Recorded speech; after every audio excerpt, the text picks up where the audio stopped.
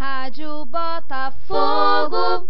Bem, Rangel, antes da gente focar no nosso clube, no Botafogo, que evidentemente a galera vai querer escutar com mais atenção, eu queria explorar um pouquinho da sua paciência e até pegar carona da sua primeira exposição. E eu confesso a você que eu, como estudo o tema, eu fico até um pouco mais animado quando eu escuto de um profissional como você, da empresa da qual você pertence, com tanta clareza, alguns indícios de que nós estamos caminhando e do empenho que vocês vão ter para tentar encurtar este caminho. Então, eu estou falando tudo isso por quê? Porque quando a gente vê o peso que teve esses clubes europeus começarem uma gestão profissional, vamos colocar, de 20 anos para cá, é que hoje você vê, eu pelo menos enxergo claramente, que cada país, e quando eu falo cada país, são países que possuem o futebol inserido na sua cultura como geração de valor econômico, como nós brasileiros, tá? Então, o que eu vejo é que, claramente, cada economia, eu diria até de acordo com o tamanho do seu PIB, teve uma solução própria e que, ao que parece, está trazendo muito mais resultados positivos do que os negativos. Eu vou ser mais explícito. Hoje, sem dúvida, o futebol onde é gerado mais valor é na Inglaterra, Grã-Bretanha. Vamos colocar a Inglaterra, porque o futebol separa lá os estados britânicos. Então, Inglaterra, aí a gente vê que a Inglaterra tem aquela tradição de clubes, mas nós podemos ver que existe um alto grau de profissionalismo, mas, de fato, nós temos, com boa vontade, 6 grandes clubes detentores de orçamentos mais poupudos e que conseguem dinamizar o mercado. Vamos esquecer as surpresas pontuais de um Leicester da vida, ok? A Espanha, centrada até por questões, inclusive, culturais, separatistas, étnicas. A gente tem 2 megaclubes, Real Madrid e Barcelona, e de vez em quando aparecendo um Atlético de Madrid, mas ainda assim com orçamento bem menor, mas que incomoda. Um super país com grande PIB, apaixonado pelo futebol, como a Alemanha, que tem o Super Bayern de Munique, e aí nós temos alguns outros clubes tradicionais por suas torcidas, como o Borussia Dortmund ou Schalke 04, mas que eventualmente incomodam porque os orçamentos são muito menores. A Itália, da mesma maneira, a gente tem a Vecchia Senhora, a Juve, o Milan, eu já estou falando de um outro patamar de investimento, mas que também os concorrentes são em menor número. A França nem se fala, é um PSG ultra dominante. E quando a gente pega um mercado periférico europeu, só para pegar o último exemplo... Por favor, Fábio.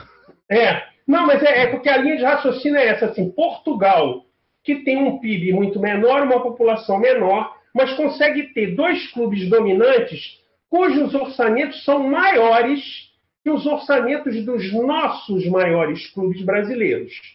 Então, a minha pergunta é o seguinte, você acha que no processo de profissionalização, se a gente chegar daqui a um tempinho e disser, pô, legal, hoje estamos muito bem, vamos ser otimistas, daqui a 10 anos, você consegue projetar, que a gente tem aquela tradição do clube dos 13, quantos clubes, de fato, vão ser protagonistas?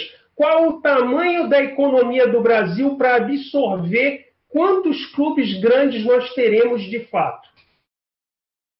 Ok, a pergunta é excelente.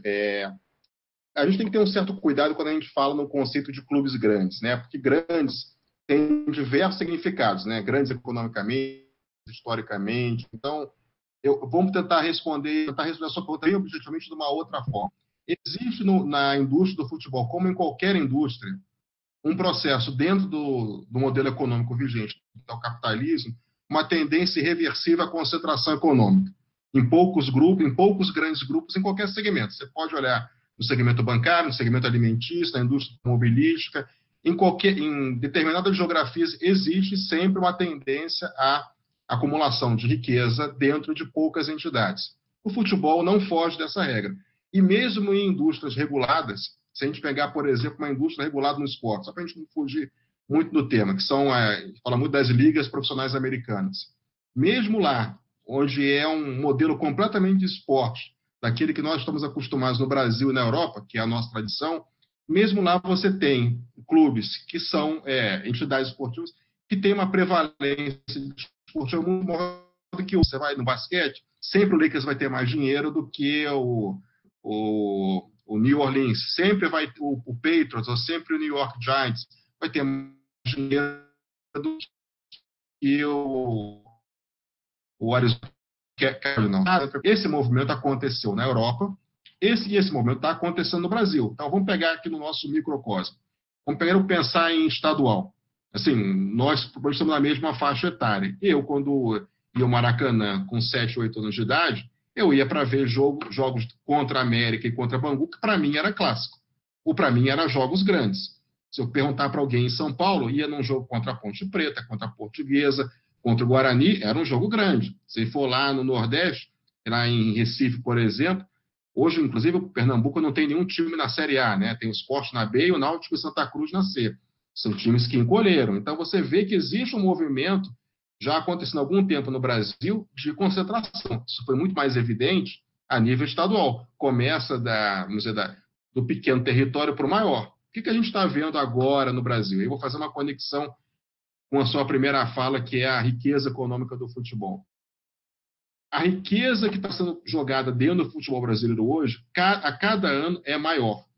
A gente, às vezes, não, de novo, aquela questão a gente não vai perceber o que vai acontecendo até a gente parar e olhar para trás.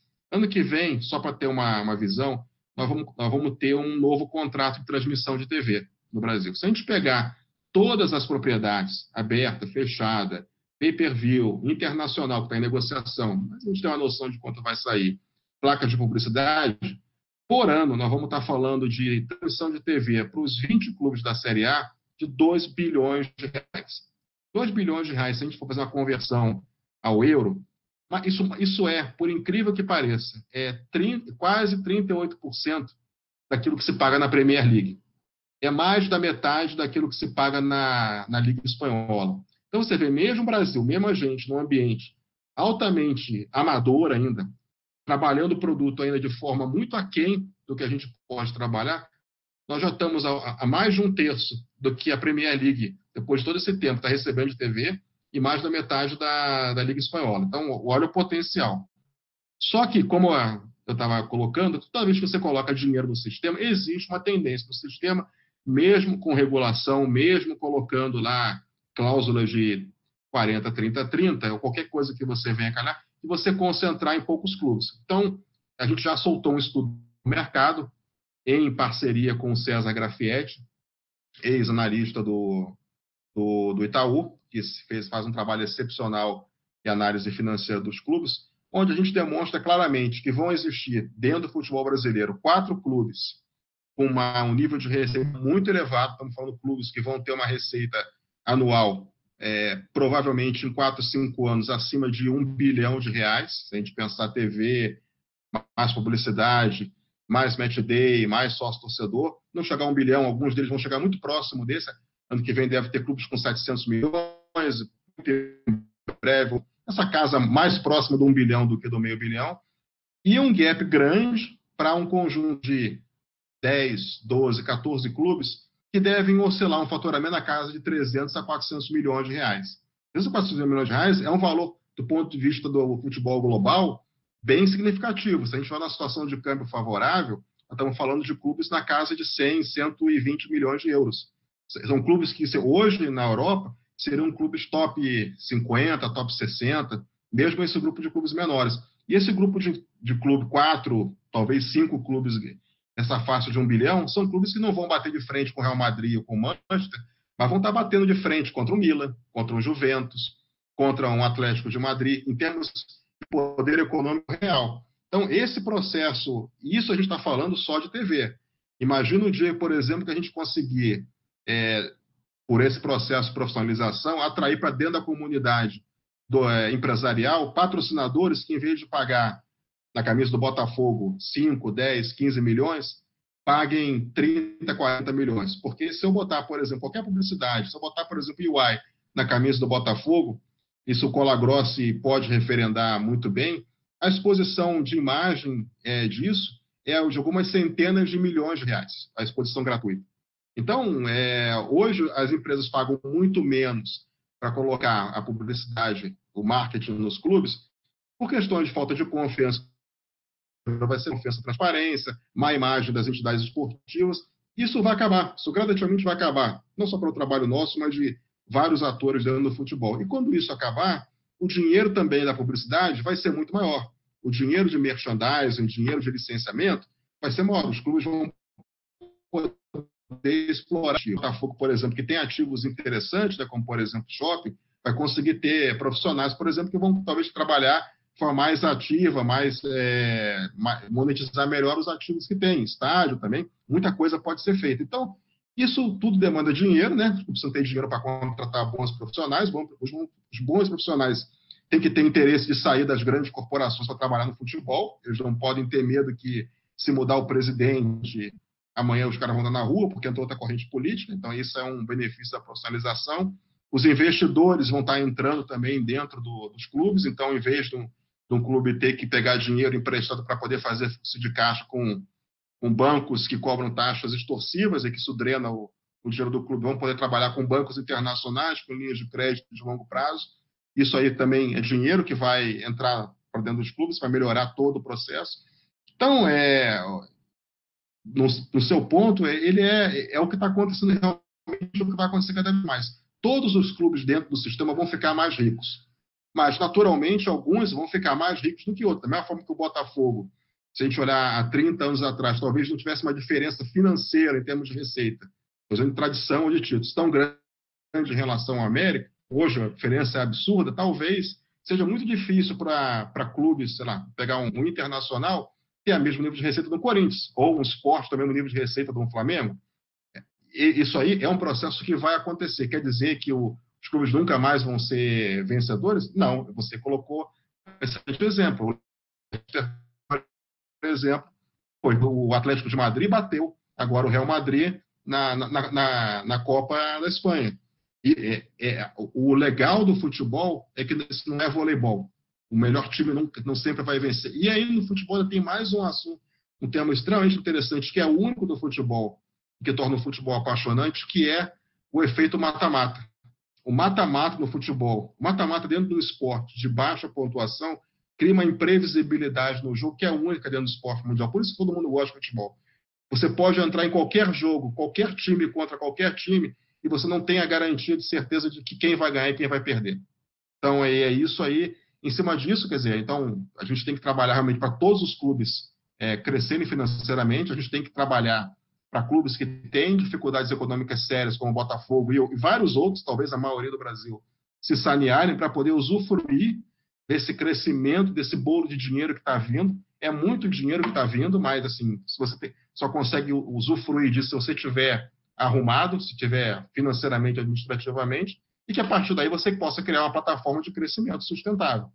E não tentar se comparar um com os outros. Você tem que fazer o melhor que você puder dentro dos ativos que você tem, da sua torcida, das suas características, da sua marca. A marca hoje é muito importante, a gente pode falar isso depois, mas assim, são caminhos gradativos que a gente tem que criar e que a gente vai orientando, nós e outras empresas, né, orientando os clubes.